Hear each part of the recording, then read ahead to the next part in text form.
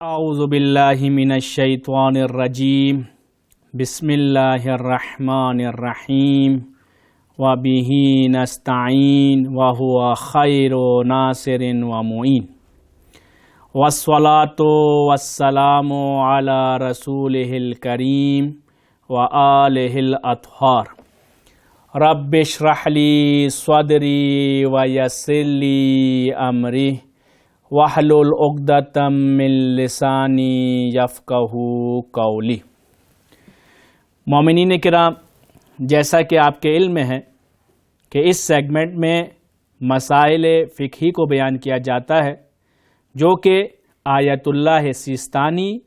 اور آیت اللہ خامنائی کے فتاوی کے مطابق ہوتے ہیں۔ لہٰذا وہ مومنین کرام جو کسی اور مرجع کی تقلید میں ہیں،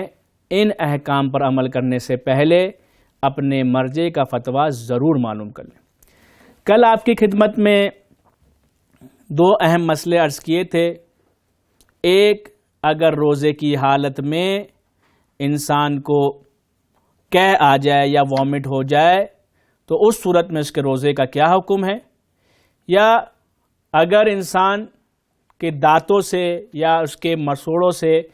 خون ریزی ہوتی ہو، خون نکلتا ہو، یا اسے انٹرنل بلیڈنگ ہو جو حلق میں جاتی ہو، تو اس سے اس کے روزے پر کیا فرق پڑتا ہے، آیا اس کا روزہ باطل ہوتا ہے، روزہ صحیح ہے، اس اعتبار سے عرض کیا گیا تھا۔ آج اسی سے ریلیٹڈ ایک اور مسئلہ جو بہت زیادہ پیش آتا ہے، اور یہ ریلیٹڈ ہے ان لوگوں سے جو روزے کی حالت میں جو ہے وہ کھانا پکاتے ہیں،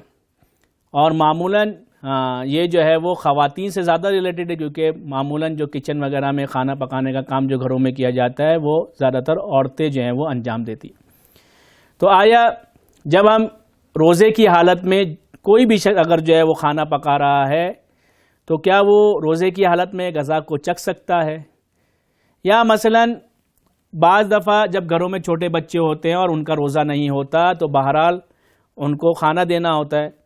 اور بعض دفعہ ان کو کھانا دینے سے پہلے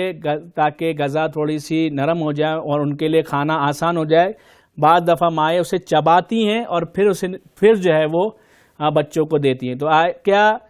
بچے کے لیے غذا دینے کے لیے یا کسی بھی اور وجہ سے کھانے کو محض چبانا، صرف چبانا، اس سے کیا روزہ باطل ہو جاتا ہے یا باطل نہیں ہوتا؟ تو دیکھیے، اس میں آیت اللہ سیستانی اور آیت اللہ خامنائی دونوں کا ایک ہی مسئلہ ہے، اور دونوں بزرگوار یہ فرماتے ہیں کہ محض صرف اور صرف غذا کا چکھنا یا غذا کا چبانا یہ روزے کو باطل نہیں کرتا، صرف مگر یہ کہ غذا چکھنا یا جو ہے وہ غذا کو چبانے سے کوئی چیز گلے کے اندر اتر جائے، حلق سے نیچے اتر جائے، وہ بھی کب؟ کہ جب انسان کو چکھنے سے پہلے یا چبانے سے پہلے یقین ہو کہ اگر میں نے غذا کو چکھا یا میں نے غذا کو چبایا تو حتماً مجھے یقین اور اطمینان ہے کہ یہ حلق سے نیچے جائے گی، اس کے باوجود بھی میں اس غذا کو چکھوں یا میں اس غذا کو چباؤں اور پھر وہ حلق سے اتر جائے، تو یہ وہ صورت ہے کہ آیت اللہ سیستانی بھی اور آیت اللہ خامنائی دونوں کہتے ہیں کہ روزہ باطل ہو گیا، قضا بھی کرنی ہے اور کفارہ بھی دینا ہے، کیونکہ آپ نے جان بوجھ کے یہ کام کیا ہے، آپ کو پہلے سے پتا تھا۔ لیکن معمولاً غذا کو چکھنے سے یا جو ہے وہ چبانے سے معمولاً حلق سے نیچے یا گلے سے نیچے غذا نہیں جاتی ہے، اور انسان کو یقین اور اطمینان بھی نہیں ہے، اور وہ محض چکھ رہا ہے کیونکہ اسے یقین اور اطمینان نہیں ہے، اور یا چبا رہا ہے، تو اور پھر غلطی سے جو ہے وہ اگر یہ حلق سے نیچے اتر جائے تو اس صورت میں روزہ باطل نہیں ہوتا ہے اور نہ اس کی کوئی قضا کرنی ہے۔ یہ مسئلہ ہو گیا چکھنے کے اعتبار سے اور چبانے کے اعتبار سے، اور الحمدللہ یہاں پر تقریباً وہ بہت زیادہ پیش آنے والے مسائل جو کھانے پینے سے ریلیٹڈ تھے کوشش کر کے اسے یہاں پر بیان کر دیا گیا۔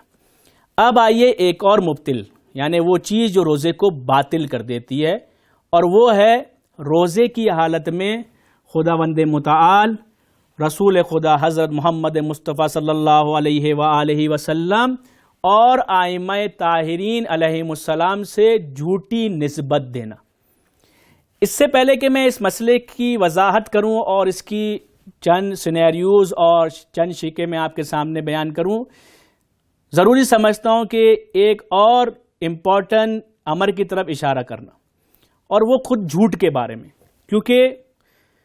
انتہائی افسوس کے ساتھ کہنا پڑتا ہے کہ وہ بیماری جو آج کل دینی سوسائٹی کے اندر بھی، دینی معاشرے کے اندر بھی بہت زیادہ کامن نظر آ رہی ہے، جو کہ نہیں ہونا چاہیے تھی، وہ جھوٹ کا بولنا ہے۔ انسان چھوٹی چھوٹی باتوں پہ، کبھی کبھار تو انسان کو حیرت ہوتی ہے، صرف شوقیہ جھوٹ بولتا ہے انسان، یا مذاق میں جھوٹ بول رہا ہے، یا بہت چھوٹے سے نقصان سے بچنے کے لیے، یا مثلا بہت چھوٹے سے فائدے کے لیے جھوٹ بول رہا ہے، جبکہ اسلام نے جھوٹ کو کبھی بھی پسند نہیں کیا، بلکہ ناپسندیدہ ترین کاموں کے اندر اس جھوٹ کے بولنے کو رکھا ہے۔ اور ہمیشہ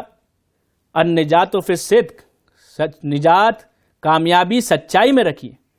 لیکن دیکھنے میں ملتا ہے کہ بڑی آسانی سے، بہت آرام سے جو ہے وہ دھڑلے کے ساتھ جو ہے وہ معاشرے میں جھوٹ بولا جاتا ہے، جبکہ یہ گناہان کبیرہ میں سے،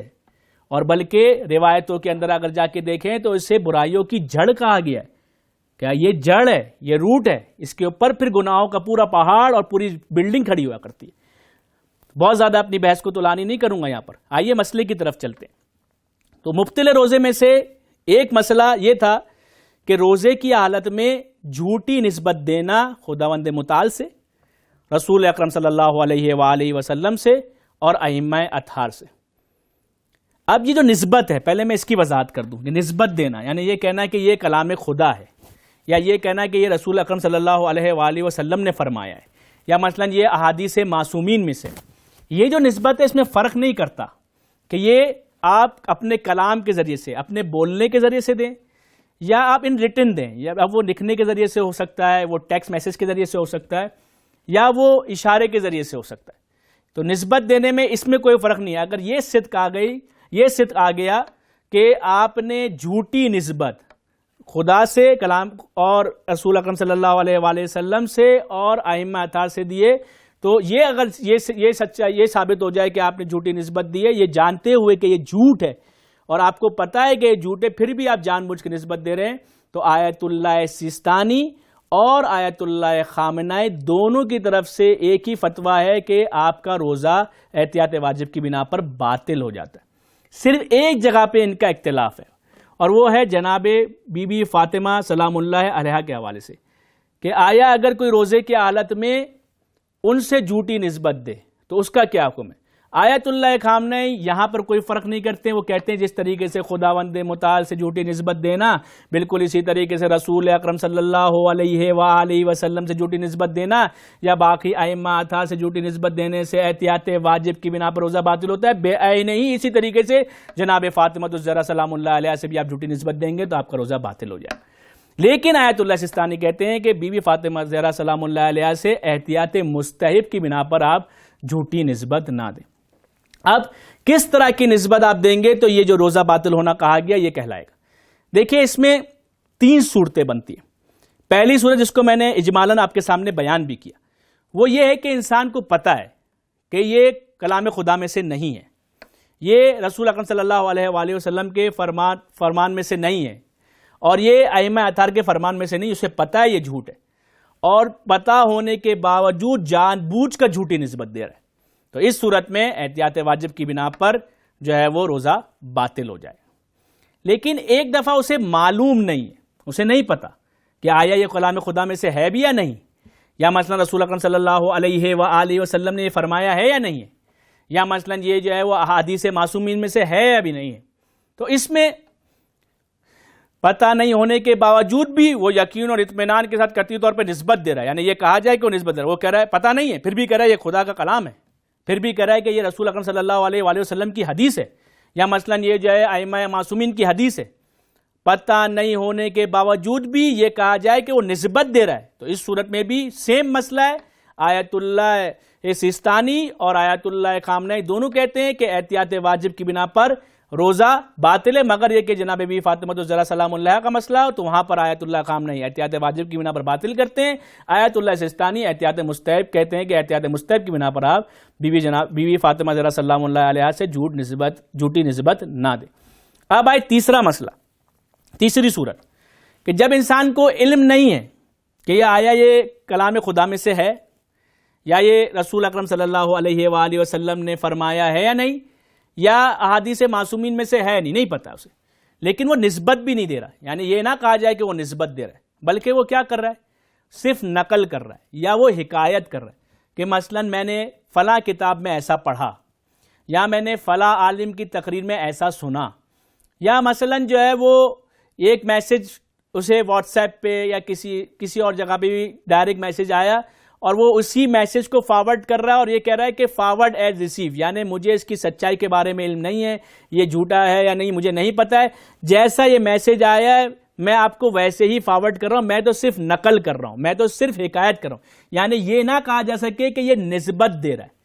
تو ایسی صورت میں کیا حکم ہے؟ تو ایسی صورت میں روزہ باطل نہیں ہوتا ہے. یعنی اگر کوئی انسان کو نہیں پتا ہے کہ یہ کلام خدا ہے، نہیں پتا ہے کہ یہ رسول اکرم صلی اللہ علیہ وآلہ وسلم نے ارشاد فرمایا نہیں ہے، یا یہ حدیث معصومین میں سے، اور وہ نسبت بھی نہیں دے رہا ہے بلکہ صرف ریفرنس کے طور پہ یا نقل کر رہا ہے یا حکایت کر رہا ہے کہ فلاں کتاب میں لکھا ہے، فلاں عالم نے یہ کہا ہے، فلاں میسج آیا ہے، تو اس سے روزہ باطل نہیں ہوتا.